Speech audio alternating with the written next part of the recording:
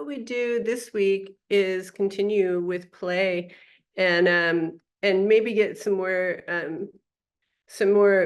gritty in it in terms of how to begin to play. I happen to believe it's nothing trivial. I happen to, there's a reason that the Tibetan Buddhism talks about the playful deities as being the enlightened beings. And I also think it's the most skillful way to move through the world. And I also think that all things are play. I think Tibetan Buddhism itself is play. I think activism is play. And if you can approach it from that perspective, then you begin to move with it in a creative way rather than being at the effect of it or imposing your will on it. You begin to work in a collaborative way with all of reality. So I have a lot of lists today. I have a lot of lists, and I'm happy to share the list. And then if at the end, if anybody has any, I thought we could do, like, if you have any questions about how to play, like, oh, this looks like I couldn't possibly play in this position, we can talk about that if that sounds good, like that. But I thought I'd start with a poem.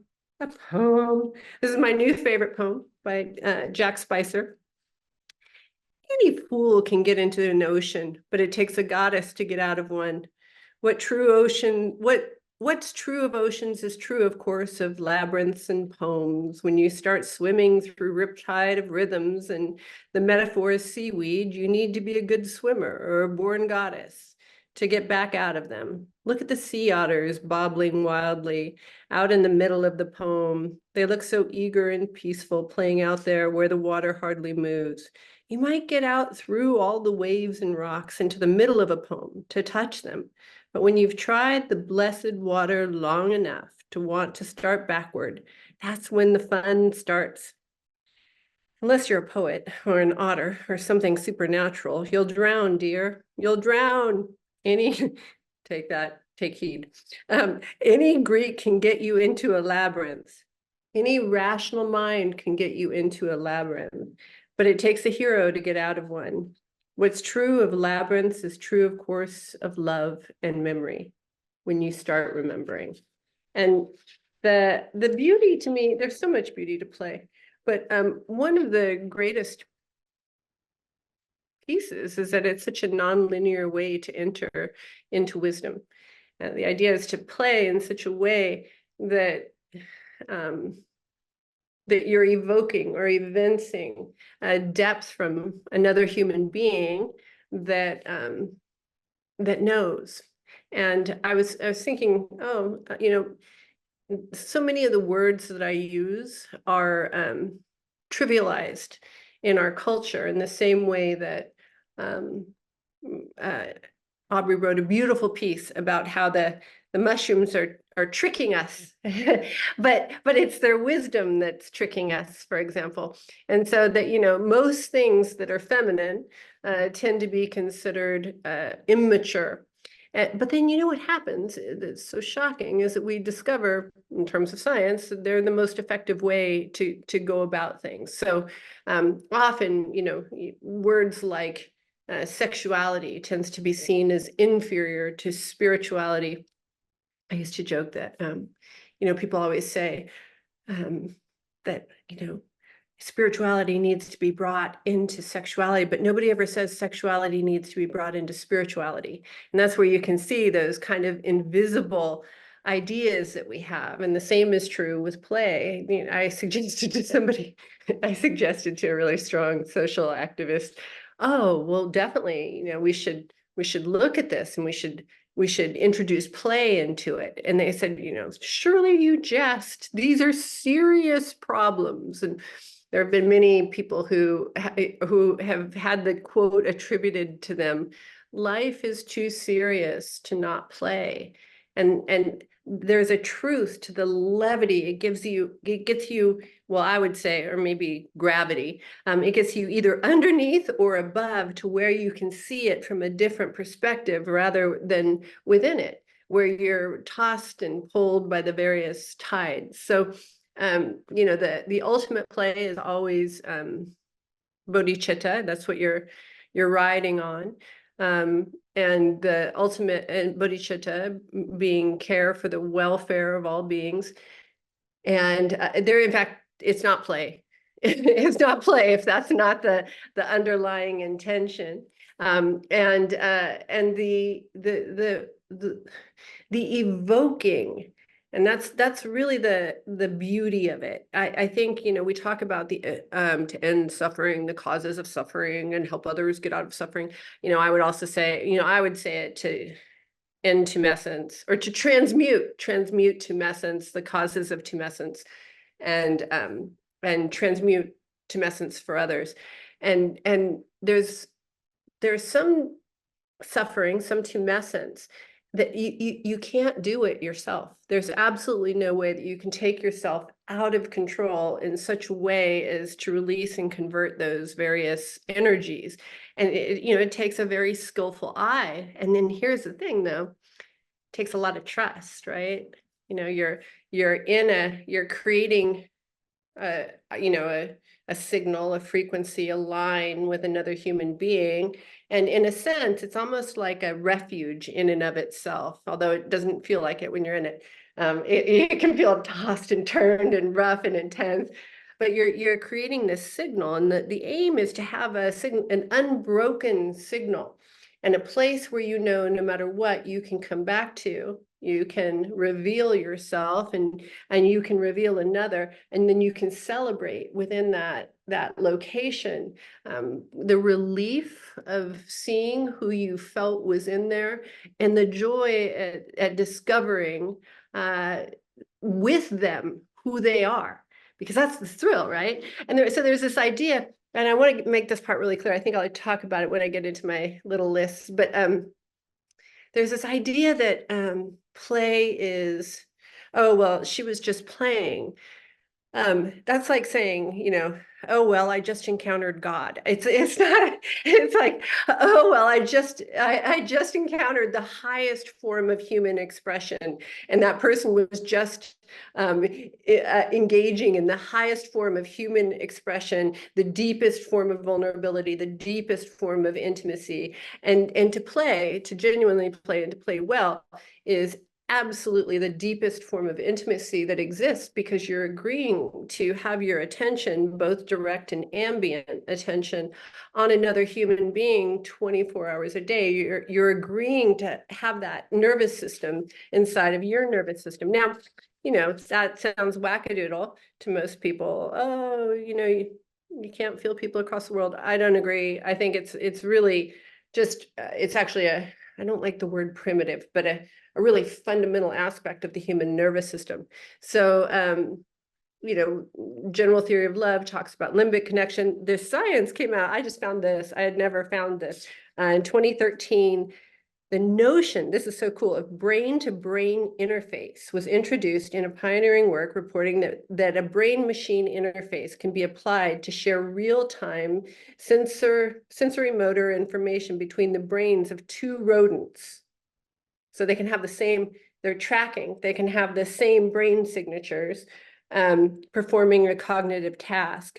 Soon after, other works reported similar findings, such as the sharing of hippocampus representations between two rodents, the transmission of visual information between a human and a rodent, and the transmission of motor information between two humans. Now, there are some of us who are just relieved that finally, you know, hokey science is catching up with what we've always known. But I try to back these things with science. You know, the Dalai Lama said, you know, if science disagrees, then Buddhism will bow. And I feel the same way, although I don't feel science is quite caught up to a lot of the things that we know intuitively. So the nature of this is fundamentally the end game of the game that is the game is to have all human nervous systems connected, and to be able to send and receive in such a way that exquisite care and attention is put on another human being, so that what wants to emerge can emerge. I have a very different view on, well, maybe not. I mean, according to some teachers, I have a very different view on what would be construed as awakening. To me, it's just simply an emergence of what's been concealed, and it's sometimes concealed to the person themselves, and often concealed to other people. As really, it's so funny because the strategies we come up with to conceal ourselves are so unattractive in comparison to the absolute exquisite beauty of a human being revealed, no matter how they're revealed. If they're revealed, and what do they call those? Ugly cries. If they're revealed in an ugly cry, if they're revealed in, that shaky, tremulous space of admitting something for the first time, if they're admitting, that, that they don't know, but not that I don't know how to do this. That's not really an I don't know. That I don't know what to do here. And then sitting with it and allowing that space to open and then watching the wisdom rise up in that place. That to me is the nature of what can happen in play. And so then knowing when to pause, knowing when to stroke, knowing when to call it a day for a while. Now, in my mind, if you're going to play, it is a very, it's a bodhisattva vow. It's an agreement that you'll never leave. You'll never leave. The door will always be open. So, and that is, as can happen in reality, as can happen in the world. People can betray you. They can turn into enemies. They can do really cruel things. And you're vowing to keep the door open and the light on no matter what. Now, sometimes, you're allowed to keep the door open and the light on and have them, come back in and give them a good spanking. It's not like you aren't a doormat, but you are agreeing to maintain human connection at all times. And fundamentally, I think that's, if you're playing, that's for your own benefit. Me agreeing to keep connection with everyone I've ever connected with, and some of whom, may have done some not great things, in my opinion. It has me have to work the part of me that gets charged up or triggered when I think about them, until that can run to equanimity, and then once it runs to equanimity, hopefully I can convert it into actual compassion and care. That's the aim. But it's a deep practice. So I don't want to, it's funny, it's a deep practice of levity, but I want to make sure that the greatest care is taken, both for your own nervous system and for the nervous systems around you. There's one moment, there's this book, I told them we could put the link on at the end of the day. At the end, it's from the 1970s. It's called something like How to Play Games and Influence Others, which is such a 70s title. It probably, I have a funny joke, but maybe you'd think it was funny, but it's very like Est. It's kind of like Est in the title, but it has some wisdom that stayed with me over the years. Sometimes I refer to things again and again. And so in terms of play, I love his description of bad deeds. It says, do not commit bad deeds, okay? So there are 7 specific ways to make yourself and others miserable. If you do something you don't like to do, duty is basically what we say. If you insist on feeling sorry for yourself because people are unfair to you. If you insist on doubting your strength and cleverness, your chances for ever being happy because it's all just too much for you. If you insist on feeling worthless, useless, and can't decide what to do about it. If you insist on punishing yourself for some crime you vaguely remember having been told you committed. If you insist on having to learn your lessons the hard way. If you insist on wallowing while you try to figure it out. And then the author writes, I will suffer. If you do that, I will suffer. And it's a lightly written, profound understanding of interdependence. And then it says, I love you and am linked and tuned in with you and to you, with everyone else of my senses. And I feel everything you feel, which I think is a great call to avoid doing those bad deeds. So what I did today for our lists is Chick Corea. I don't know if anybody knows him. He's actually quite good when he talks about he does some master class, some 80s version of master classes on how to play music. And so he made a list. It's called Cheap but Good Advice for Playing Music in a Group. And so I took his list and then I put in a little bit of our stuff just to get a groundwork, and then we can talk about it. We can see if it's interesting. If hopefully, my desire is as I mentioned, I use mandala and game almost interchangeably, but to have this mandala where the ground of the mandala is joy. And what happens when you build it from joy, not from the idea of suffering, not from the idea that you're attempting to escape or get out of anything, but you build the mandala itself from joy. And how does the world transition from that place? Well, all you need is enough people who are willing to live in the imaginal mind of that place, and it begins to happen. And that's the game. That's the game I think would be really interesting to play. And how would you do that? We talk about bringing heaven to earth, or the meek shall inherit the earth. Well, how would that happen? How would that realistically happen? And then who would I have to be? And then what would things look like? So this is the groundwork for that game. So he says, and it can also be the groundwork for texting your friends and having fun. This is what I do. Everything I do is a play. But see, I say that and it's like, oh, everything she does is a play. It sounds so ominous.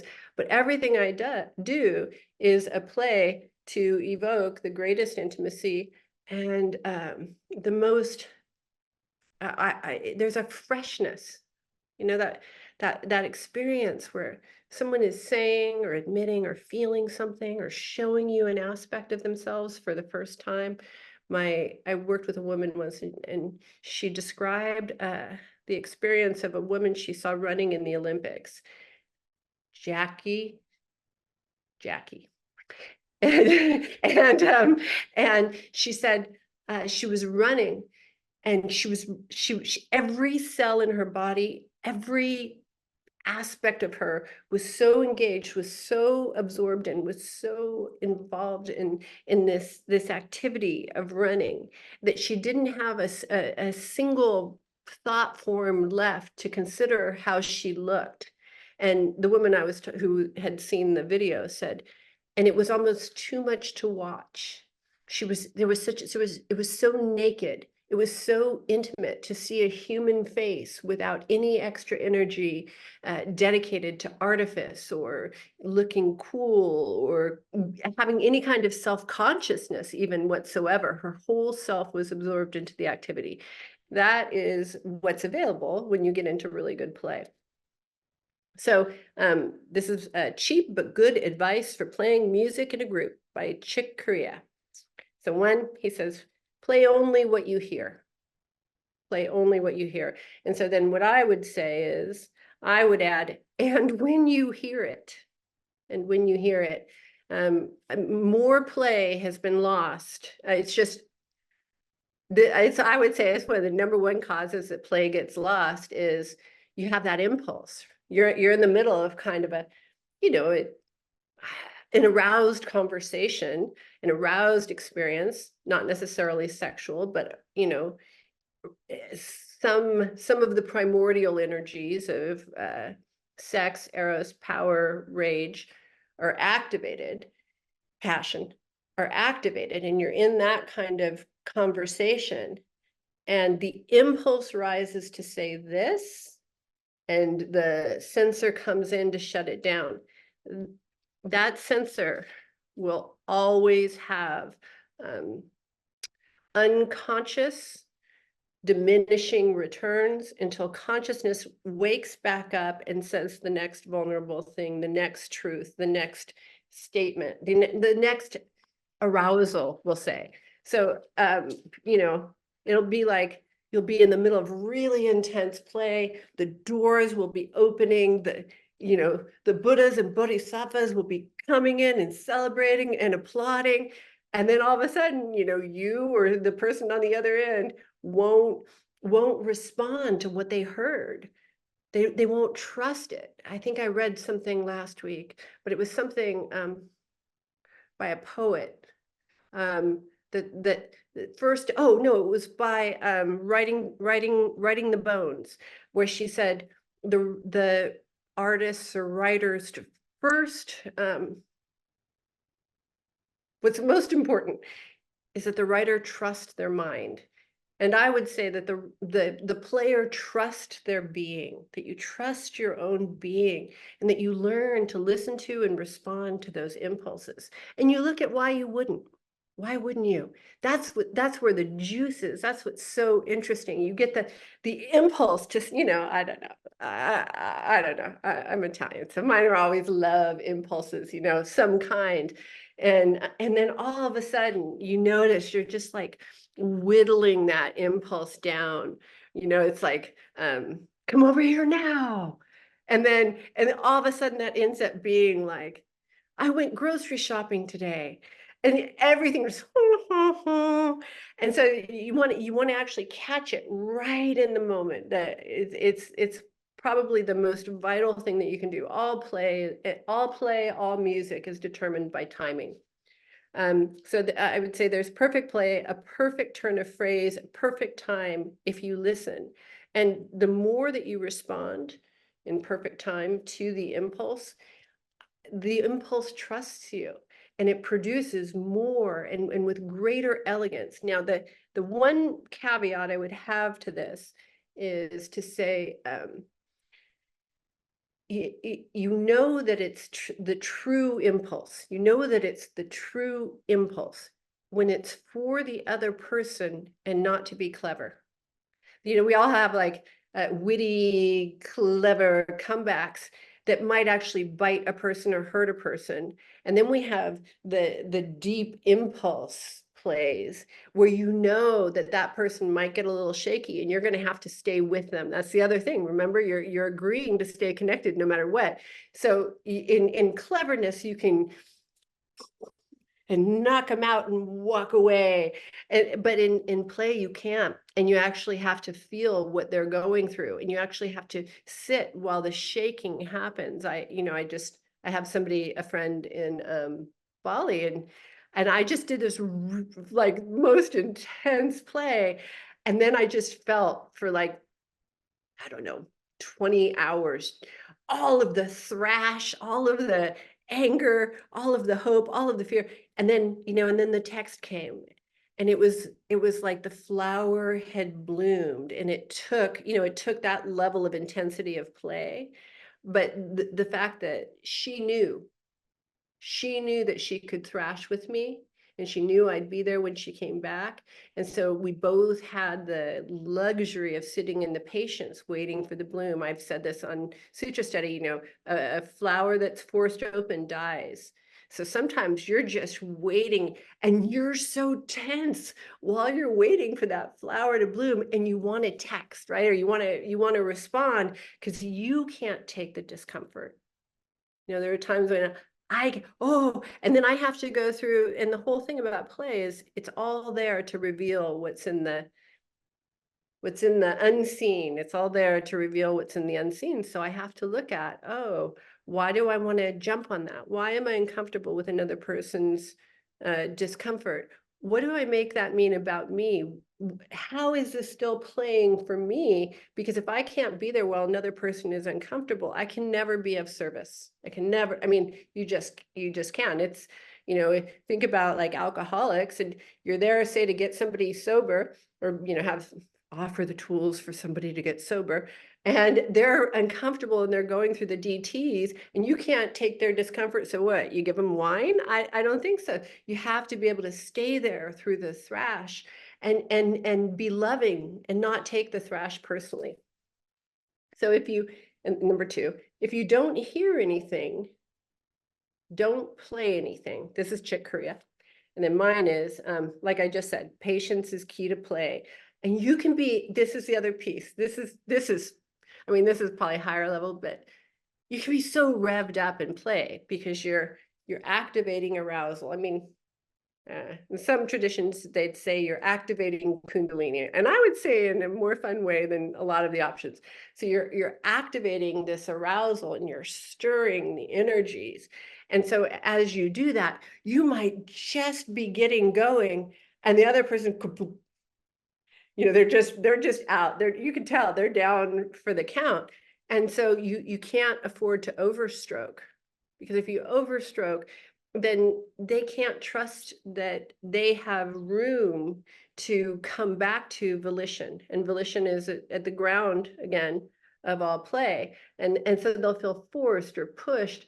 And then once that gets into the mix, play really disintegrates quickly. So what you can do every now and again is you can drop a clue. I drop a lot of clues. I'll just drop a clue from the sutras that that they can work with, or I'll drop a clue from another conversation we've had. But here's the most important thing, if for me, when I'm in play, is I want autonomous players. So if I'm playing with somebody and I have any skin in the game, meaning, we're in a heightened state and it was just getting good and they died, but I want to keep going, then what happens is, and I do their part for them. Because we all know that place where you do somebody's part for them. So if I do my part for them, I'm setting a precedent where I'll forever be doing their part for them again. And then really what I have is, a charge, or I don't know what, somebody I'm babysitting. I don't have somebody that I'm playing with. And so it takes a long time to have equal players sometimes, but it's worth it. You don't have to play the whole game. You have the rest of your life. You can just play in small increments until somebody gets their bearings. And I am of the deep belief, I think I'll get in this, but that within each of us is a master, is one who knows. And so the aim is just, once that one shows up, and then everyone is equal. And so you're just playing until all of the material that's blocking that can dissolve, convert, transmute, until you're able to be with somebody who can take any pressure, any speed, any intensity, right? Okay, so then he says, don't let your fingers and limbs just wander. Place them intentionally. And I would say, people often, when they don't know what to do small talk. And or they take on a space filler conversation. So you'll be like in a game with somebody, and suddenly they'll be like, my aunt grew up in Michigan. Okay, I don't understand. Why are we talking about this? And they're just space fillers for that discomfort of not knowing what to do. So I would say both don't send those and don't receive them. When I receive one, I just don't even respond. I just leave it there. And then eventually they remember that they're playing and come back to that frequency. The frequency is extraordinarily pure. I would say high, but it isn't necessarily high because it goes low and it goes high, but it's extraordinarily pure. Anything that you do, any way that you meet that isn't on that frequency, reinforces the lowering of the frequency, or the undeepening of the frequency. So just don't respond, or you can, I'll give you another idea here in a minute. So or a person's persona will come in that works with everybody else. I don't know, in play, persona impedes all play. So, but sometimes when people don't know what to do, they'll just send in the persona, and say like, I don't know who you're talking to right now. I am very clear you're not talking to me. But here's the thing, personas are very compelling. So you have to make sure that you know where you're coming from as you're entering play, right? A famous persona is, are you doing okay? How are you doing? That throws a blanket onto play. and decreases the arousal and the intensity. Well, don't let somebody do that to you. Don't let somebody do that. Like, have it be that this frequency between you is so precious, so important, so vital for both of you, for the world, I think, but that it's that you wouldn't risk that for anything. Even for that moment that you want to grab and be like, well, I'm going to have a sad day. Don't do it. Just keep the frequency pure. Remember you're playing for the highest. Remember you're playing for the highest sensation possible. Sometimes that is a gentle or firm, but always to the point, and the greatest sensation. So then Chick says, don't improvise on endlessly. Play something with intention, develop it or not, but then end off and take a break. So we'll talk, this will be a whole sutra talk on peaking. Peaking is really, you master peaking at various levels of of play, and there are markers for how well you know how to peak. So somebody who knows how to peak, everyone knows they've just been peaked. If they've been peaked, that's and that's important, because if you peak someone, and they know you're playing for them, is what I'm saying. So if you peak someone, the first instinct, if there's any attachment, is like, where'd you go? What are you doing? You don't care about me. And so they have to be able to rely on this deeper sense that you're playing for them, and that the peak is in service to this frequency that they know you'll never deviate from. So the aim is permanent connection, so high. Okay, so then he says, leave space, create space, intentionally create places where you don't play. And so I would say, silence builds anticipation that opens the other to receive your play or stroke. Use pauses, for example, after a big entry, a big confession, or a big admission. So, sometimes what happens is that rush of expression from a place that's never been expressed from or to before will happen. And I think you're drawing emptiness through, and the thrill of relief of that experience. And so one of the things that Jan Chosen-Bays says in Mindful Eating is, our bodies were developed to store food, and whenever food is available, to keep eating for survival, because there wasn't necessarily always enough. And so we have this idea that when anything shows up, you have to get it right away. And so to give someone permission, okay, that was big. Let's take a minute. Like, let's take some time. Let's let all of that settle in until it moves through the whole of our beings. And you know when it's all moved through, because the next play will come naturally. We often bypass that. And then when we bypass that, it ends up as congestion that blocks play. Leaving space, create space, intentionally, this is him, intentionally create places where you don't play. Oh yeah, no, sorry. Make your sound blend, listen to your sound and adjust it to the rest of the band. So I would say this is one of the best parts about play. It allows nervous systems to connect. Because of this, you have to be in real time, no matter how great your play, because you don't know. That's why we do it. That's why I like to do it anyway. I have no idea well, sometimes, let's be honest, we can be a little predictable, but in play, in real play, I have no idea what the person's going to say or do or be next. I have no idea who is going to, like, when you're in that aroused state, you can't control expression. So neither person has any idea of what's going to happen in the next moment. So it's a constant being on your toes. And that to me is what feels like awake and alive. Joseph Campbell said, most people think the meaning of life is to find meaning. And he said, I think the meaning of life is to find aliveness. And this is where you live in that state of aliveness. 7. If you play more than one instrument at a time, like a drum kit or multiple keyboards, make sure that they're balanced with one another. So I would say there are elements of play that are best kept distinct. So for example, I talk about, so all play to me is just the abstraction of Om. Well, not just the abstraction, it's the abstraction of Om. And so, there's the various spots. So the 1 o'clock spot is your bread and butter spot. That is where you come back after all intense experience. You just come back to the bread and butter spot in order to reorient and find your place. And so you can do that in play if you've had.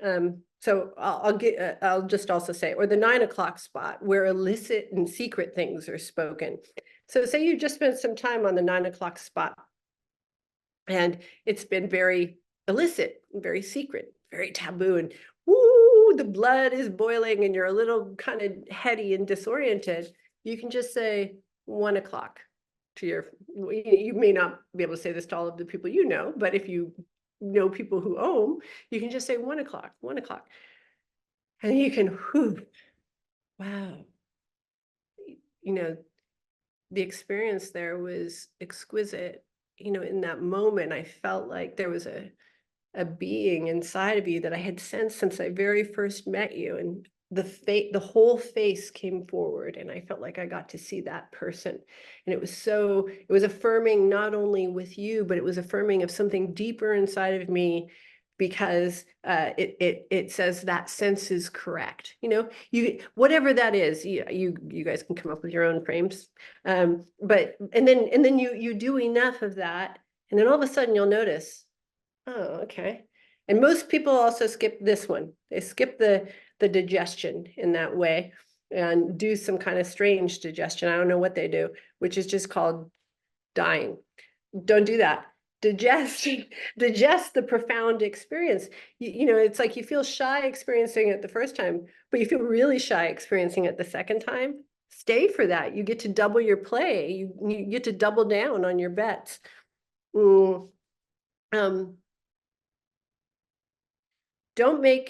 says, don't make any of your music mechanically or just through patterns of habit. Create each sound, phrase, and piece with choice deliberately. And this one, I say, this one is hard, especially for long-term players, because you get stuck in a groove of old jokes that were once alive, that were really funny, or ways of speaking that no longer ring. And so your job is to titillate and surprise till the end of time with your friends, with new expressions to keep play alive. And the only way you can do that, the only way I can do that, is if I stay in emptiness, because that is the ever renewing, ever refreshing source that is rife with profound discovery, and then to continue to bring that forward. 9, he says, guide your choice of what to play by what you like, not what someone else will think. I mean, we can all tell when somebody's saying what they think we want to hear, right? And even though you want to hear it, you don't want to hear it, because it rings dead, and you're on this super electric channel, and all of a sudden they'll pour in you're so pretty. It's like, okay, I didn't need that. I want to know the next vulnerable thing for you to put in the experience, or vulnerable expression, whatever that is. So yeah, I think that's good. And then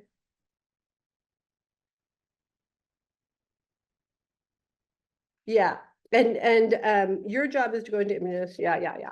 So number 10, use contrast and balance the elements. He says high, low, fast, slow, loud, soft, tense, relaxed, dense, sparse. And I say pause and hesitation are the worst. A teacher I know used to say hesitation costs, and I would say hesitation costs everything. So as is withdrawal. Withdrawal actually in play is cruel, because you're tugging, which doesn't mean that you can't pause. Pause is deliberate. Withdrawal just drags another person's nervous system around, like you know, I used to say, like, it's like tying them on the back of a car and you're just driving all over crying and they're tied to the back of your car, being dragged around on their nervous system. Don't do that.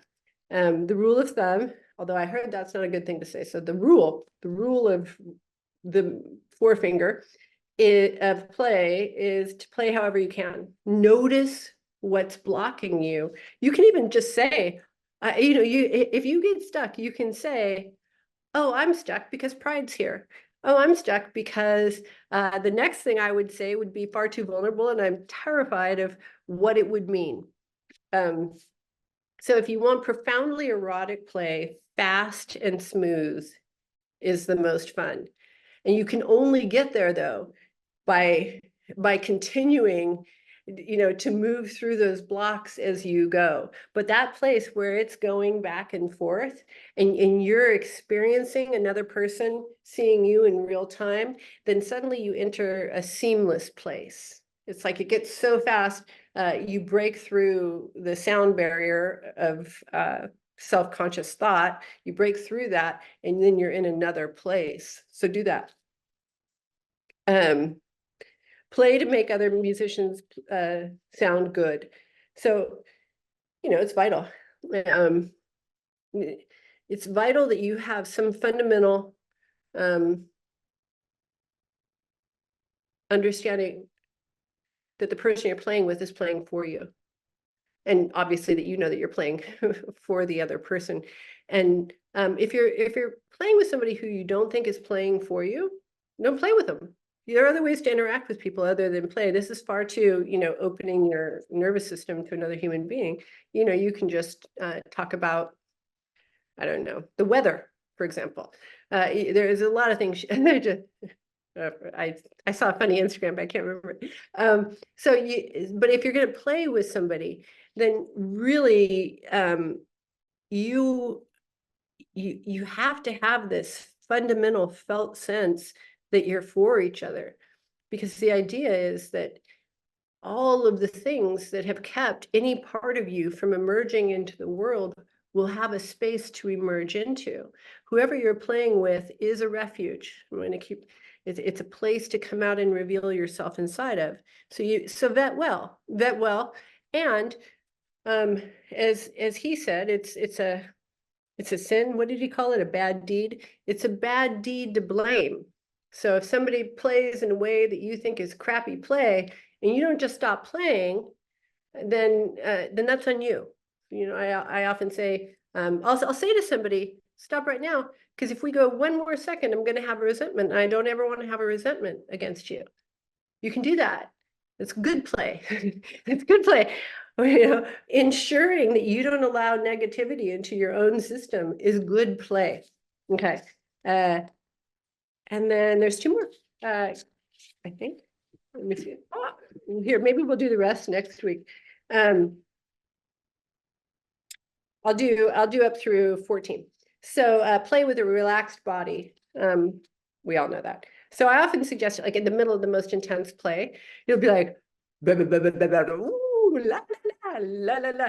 And I'll just, you know, I'll just say, like, exhale right now. Exhale.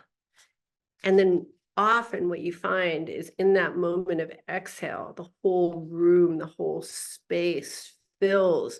And the intensity was trying to run over that vastness and that expanse. You know, most sex is like that. When people have fast and hard sex, it's to avoid feeling, it's not to feel. You know, you actually need very little if you want to feel.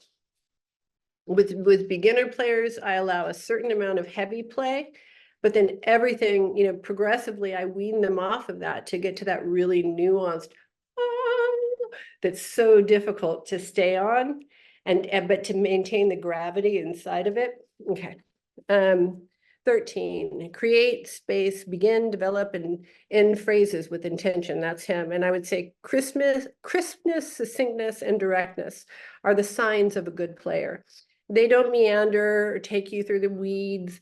They do the work of going through their own internal state and pulling the honest nugget out for you. That's what we're learning to do with each other. So it's not like, well, I'm not really sure what I'm feeling me, I have some stuff going on. And then I was sad. And then you won't believe what happened. And then, oh my God, I was having so much fun. And I think it's like this. You want, really good play has a really crisp note of this. And that, I've had a few that's where it was even like I've even had them on text where it came through and I had to stop where I was because it rang through me so powerfully. That's good. It's good, kind play. You don't want to hear the surface level. But the thing that it took, okay, so then he says, never beat or pound your instrument. Play it easily and gracefully. And I would say, never, ever play in anger or frustration. It's not play if you do. So the nature of play, especially if you're playing with a good player, is you'll get knocked out sometimes and you'll get mad. So I also want to make it clear, I played a while ago, and the person I was playing with, man, they just kept, oh gosh, the torture, and then the thrill, and they would do it because they knew that I would know how to make my way out. But they would not get me out. But the thrill when I found my way through, and then the celebration that I did, I think I did my share of torture to them too. But I want to be really clear. I agree. When I'm in play with somebody also, I will never allow my anger into the game. Now that's primarily for me, because I think all anger derails. If it's different when you're in emptiness, right? You're in flight, and so if you allow anger in, you go off course very quickly, and so it's just not beneficial. Taunting and teasing are part of the deal. In the best play, I'm always like, then in my mind, I'll say, I wonder if that was intentional. They aren't actually playing. They're just being mean. And then, even if they are, one of the tricks is, even if somebody's actually just being mean, you treat it like they're playing and you play back, and 9 times out of 10, you can convert it. Let me see what time it is. I think that's it. And then, so next week, I'll give you numbers 10 and 11 and the other 20 things that I have here to share. Thank you, Nicole. That was beautiful. I love that so much. I feel like put into a state of play. Okay, so it's 12:58 PT. We will do a few reflections and then end for today, and then we'll keep going with this subject next week. So is there anyone who would like to share a reflection for Nicole or for today's topic? Yes, Leah.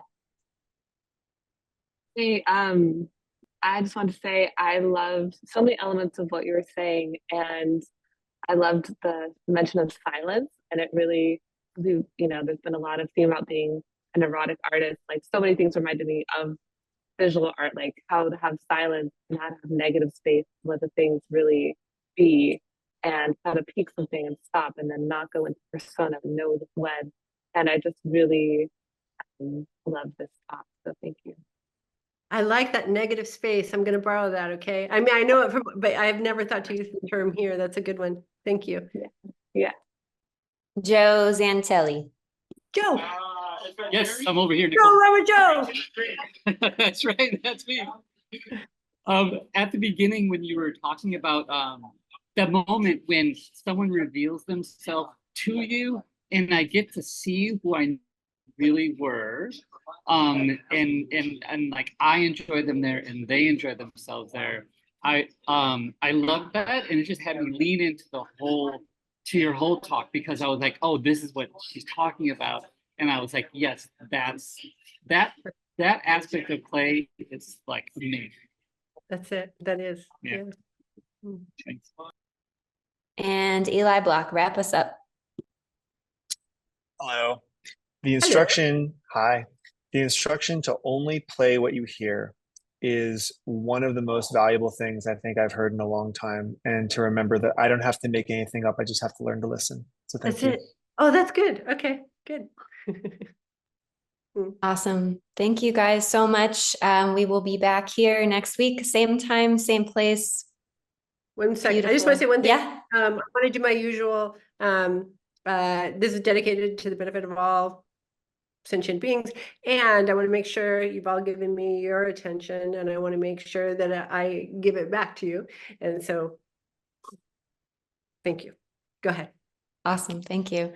All right. We'll be here same time, same place. Thank you guys for coming. We look forward to seeing you again next week, and goodbye. Love you, Abby. Love you.